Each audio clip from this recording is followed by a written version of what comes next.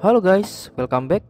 Pada tayangan saya sebelumnya mengenai perdalam materi SKB melalui KLC, yang mana terdapat contoh soal pretest yang saya janjikan akan dibahas pada tayangan selanjutnya. Nah, kali ini kita akan bahas 20 soal tersebut. Namun, buat teman-teman yang ingin mencoba tes tersebut terlebih dahulu, saya ada persiapkan soal-soalnya melalui Google Docs yang linknya bisa teman-teman lihat pada deskripsi video ini ya. Oke, untuk mempersingkat waktu, kuy langsung aja kita bahas soalnya.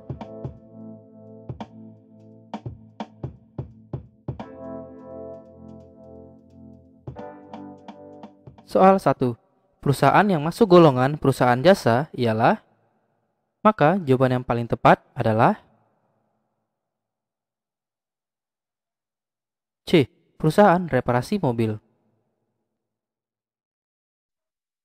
Soal 2. PT Indosat membayar royalti sebesar 60 juta rupiah kepada Tabuki Ltd, sebuah perusahaan yang berdudukan di Jepang. Dari pernyataan berikut yang benar adalah, maka jawaban yang paling tepat adalah D. PT Indosat mencatat kredit akun utang PPh pasal 26. PPh pasal 26 dipungut atas penghasilan yang dibayarkan pada subjek pajak penghasilan luar negeri, selain bentuk usaha tetap di Indonesia. Sebagai contoh, PT Indosat membayar royalti pada perusahaan kedudukan Jepang. Atas pembayaran tersebut, PT Indosat wajib memotong PPh pasal 26, sehingga timbul utang PPh pasal 26 yang harus disetor ke kas negara. Soal 3. PT ABC menyerahkan 5 buah truk untuk penyertaan modal pada PT PKR. Harga pasar truk tersebut adalah 300 juta rupiah dan nilai buku fiskal bagi PT ABC adalah 55 juta rupiah. Dalam pengalihan truk tersebut, PT ABC mengakui, maka jawaban yang paling tepat adalah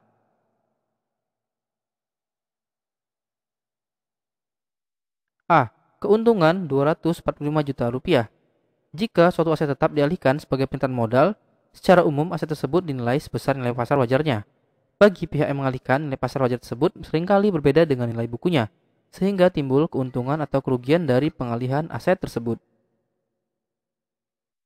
Soal 4. Urutan siklus akuntansi secara ringkas adalah, maka jawaban yang paling tepat adalah A. Penjualan, posting buku besar, kemudian penyusunan neraca saldo. Bisa dilihat dari siklus di bawah ini bahwasanya untuk urutan siklus akuntansi secara lengkap dimulai dari bukti transaksi, kemudian jurnal, kemudian buku besar, kemudian neraca saldo, hingga menjadi laporan keuangan. Kemudian diterbitkan jurnal penutup dan jurnal pembalik, hingga akhirnya hanya memunculkan neraca saldo awal periode. Soal 5. PT Andalan memperoleh hak untuk mengoperasikan jalan tol selama 10 tahun dengan harga perolehan yaitu 15 miliar. Dalam amortisasi untuk tujuan fiskal, atas hak tersebut digunakan metode saldo menurun. Masa manfaat hak tersebut untuk tujuan fiskal adalah, maka jawaban yang paling tepat adalah C. 8 tahun. Dalam Undang-Undang Pajak Penghasilan, amortisasi diatur pada pasal 11A. Ayat 1 menyatakan bahwa amortisasi dilakukan atas pengeluaran untuk memperoleh harta tak berwujud dan pengeluaran lainnya. Yang dimaksud dengan pengeluaran lainnya termasuk biaya panjangan hak guna bangunan, hak guna usaha, hak pakai dan muhibah atau goodwill yang mempunyai masa manfaat lebih dari 1 tahun yang dipergunakan untuk mendapatkan, menagih, dan memelihara penghasilan. Berikut adalah tarif penyusutan dan amortisasi fiskal. Teman-teman lihat pada kotak hijau bahwasanya untuk masa manfaat dari amortisasi itu bervariasi mulai dari 4 tahun hingga 20 tahun. Namun, ada klausul yang menyatakan bahwa jika suatu harta tak berwujud memiliki masa manfaat tidak sama dengan kelompok di samping, maka dimasukkan dalam kelompok terdekat. Di sini karena masa operasinya adalah 10 tahun, maka kita pilih yang terdekat yaitu 8 tahun. Soal 6. Bila saldo pada akun peralatan sebesar 22,5 juta rupiah dan saldo pada akun akumulasi penyusutan adalah 14 juta rupiah, maka nilai buku peralatan tersebut ialah, maka jawaban yang paling tepat adalah D. 8.500.000 rupiah. Nilai buku sama dengan harga perolehan dikurang akumulasi penyusutan. Soal 7.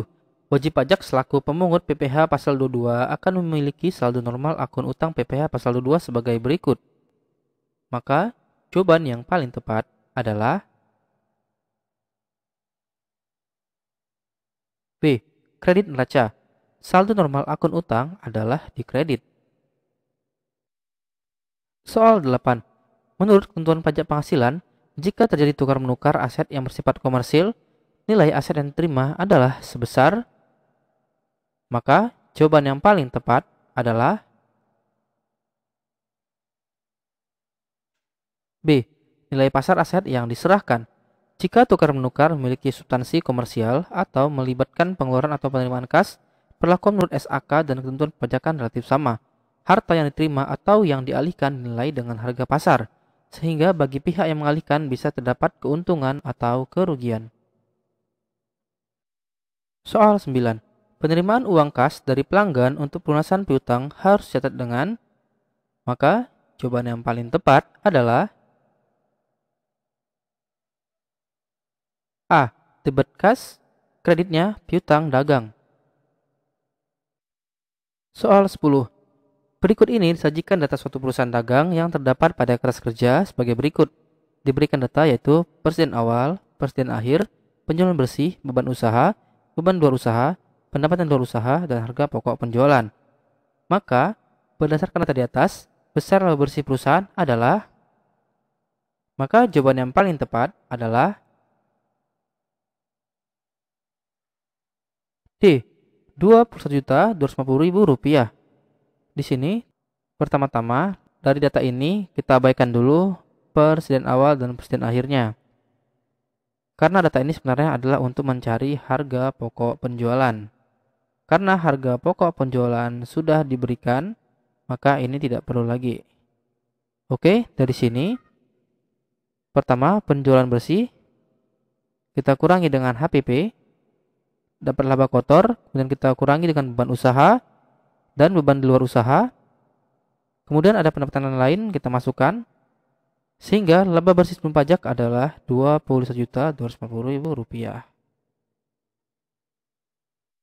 Soal 11. Susunan persamaan dasar akuntansi ialah, maka jawaban yang paling tepat adalah B. Aset sama dengan kewajiban ditambah dengan modal.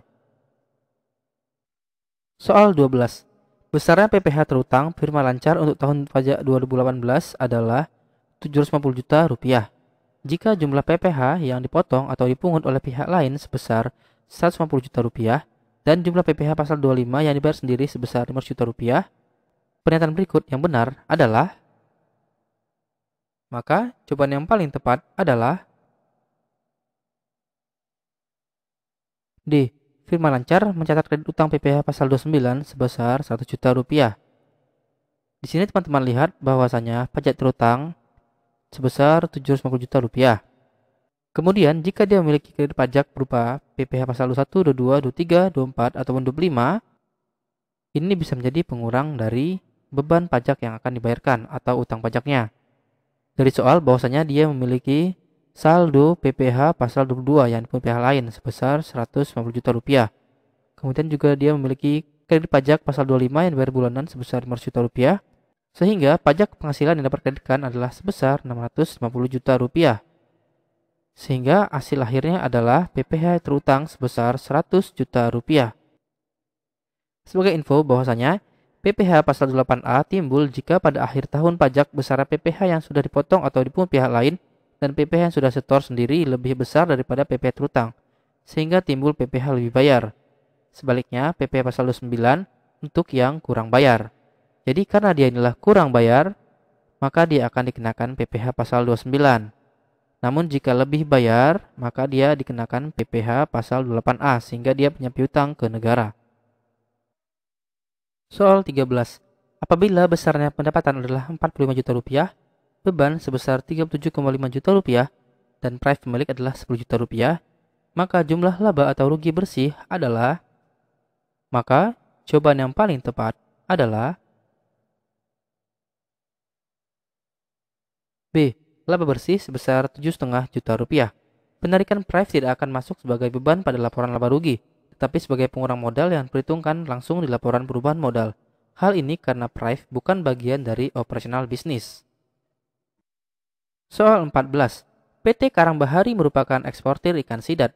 Apabila perusahaan membeli ikan dari pedagang pengumpul dan memungut PPh pasal 22 sebesar 10 juta rupiah, bagi pedagang pengumpul, atas penjualan ikan kepada PT Karang Bahari akan mencatat transaksi tersebut sebagai berikut. Maka jawaban yang paling tepat adalah A. Mendebit akun PPh pasal 22 di muka. PPh pasal 22 tersebut bagi pedagang pengumpul dapat diakui sebagai pajak dibayar di muka karena pada akhir tahun dapat dikreditkan dengan PPh terutang, sehingga akun PPh pasal 22 di muka didebit sebesar 10 juta rupiah. Soal 15. Produk akhir dari akuntansi terdiri dari, maka jawaban yang paling tepat adalah C. Laporan keuangan. Hasil akhir dari proses akuntansi ialah menghasilkan laporan keuangan yang berguna bagi para pemakai informasi keuangan atau stakeholders. Soal 16. Dalam ketentuan tentang pajak penghasilan, nilai yang digunakan dalam menentukan pemakaian persediaan adalah, maka jawaban yang paling tepat adalah D. Harga pokok. Berdasarkan pasal 10 ayat 6 Undang-Undang Pajak Penghasilan, penilaian persediaan dan pemakaian persediaan yang diperbolehkan adalah berdasarkan harga perolehan saja, yaitu harga pokok. Untuk menghitung harga perolehan, metode yang diperbolehkan yaitu metode rata-rata dan metode FIFO, first in first out, sama seperti pada PSAK 14. Soal 17. PT Jaya Bahari memberikan tunjangan PPh pasal 21 bagi karyawannya. Pernyataan berikut yang benar adalah, maka jawaban yang paling tepat adalah C. Bagi karyawan, tunjangan tersebut merupakan objek pajak.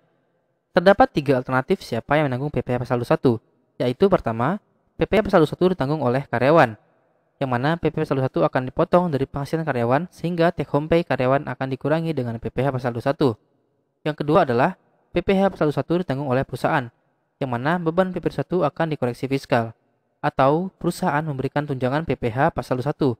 Dalam hal ini, tunjangan PPh pasal 21 tersebut boleh dikurangkan dari penghasilan bruto perusahaan, tetapi bagi karyawan merupakan objek pajak. Soal 18. Berikut transaksi yang perlakuannya menurut standar akuntansi keuangan berbeda dengan ketentuan perpajakan, kecuali, maka jawaban yang paling tepat adalah A. Keuntungan atau kerugian selisih kurs.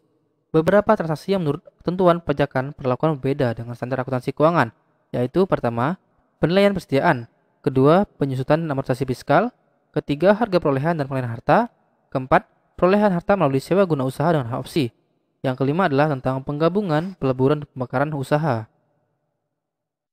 Soal 19. Apabila dari premi asuransi dibayar di muka yang besarnya adalah 100 juta rupiah, sudah jatuh tempo sebesar 20 juta rupiah, maka jurnal penyesuaiannya adalah, maka jawaban yang paling tepat adalah B. Biaya asuransi debit, asuransi dibayar di muka, kredit sebesar 20 juta rupiah. Soal 20. Apabila pada akhir suatu periode harus diadakan penyusutan atas gedung sebanyak Rp500.000, maka jurnal penyesuaian untuk mencatat penyusutan tersebut adalah, maka jawaban yang paling tepat adalah C. Biaya penyusutan debit, akumulasi penyusutan kredit sebesar Rp500.000. Terima kasih sudah menonton, semoga bermanfaat ya. Masa depan adalah milik mereka yang menyiapkannya saat ini. Baiklah, sampai ketemu pada materi selanjutnya. Mohon maaf apabila ada salah kata. Para teman-teman semua, tetap semangat ya.